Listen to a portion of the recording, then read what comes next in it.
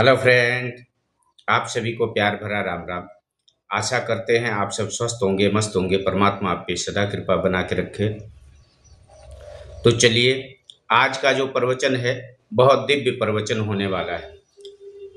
भगवान शिव आदि और अनादि, ये तो आपने सुना ही होगा। भगवान शिव आदि अनादि कैसे हुए? आदि अनादि कोई हो कैसे सकता है? कभी आपने अपने मन में ये ख्याल किया है, विचार किया है? भगवान शिव आदि अनादि इसलिए कहे जाते हैं कि उनके कोई माता पिता नहीं। हालांकि कई लोग ऐसा मानते हैं कि और कहते भी हैं कि उनके माता पिता हैं, परंतु भगवान शिव के कोई माता पिता नहीं है। वो एक ज्योति रूप से प्रकट हुए। भगवान शिव इसीलिए आदि और अनादि कहे जाते। उनका ना कोई अंत है और ना कोई प्राकट्य है। वो स्वयंभू हैं। भगवान शिव स्वयंभू होने के साथ साथ वो प्राणी मात्र के उद्गम भी हैं, जो प्राणी की रक्षा करते हैं।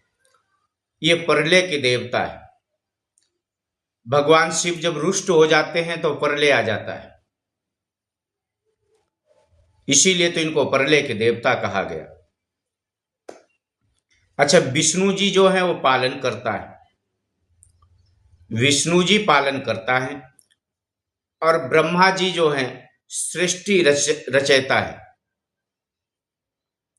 ब्रह्मा जी सृष्टि की रचना करते हैं। इसी प्रकार से जैसे सुबह, दोपहर और शाम, ये तीन पहर हैं। ये भगवान के तीनों पहर इसी रूप में आप समझ लीजिए। जब सुबह होती है तो एक नई किरण उत्पन्न होती है। दोपहर होती है तो उसमें थोड़ा तेज ज्यादा होता है। और जब शाम होती है, शाम होते ही सूर्य ढल जाता है। तो इससे आपको क्या समझ में आया कि ढलना मतलब भगवान शिव जो है वो संहार करता है।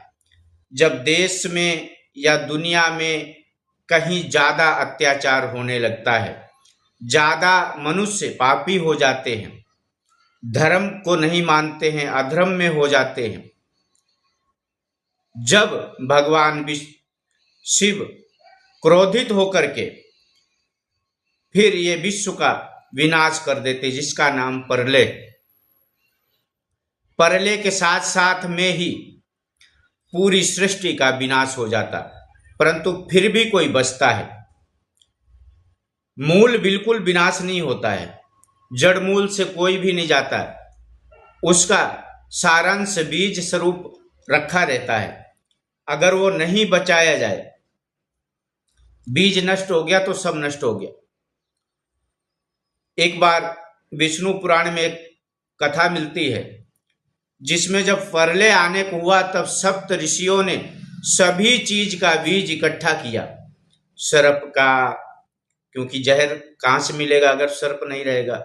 इसी प्रकार से हर पशु पक्षी का जोड़ा उन्होंने रखा ताकि आगे फिर विकसित हो सके। इसी प्रकार से ब्रह्म तो हमेशा है, उसका कभी विनाश नहीं होता है। तो आशा करते हैं आपको हमारा ये प्रवचन अच्छा लगा है।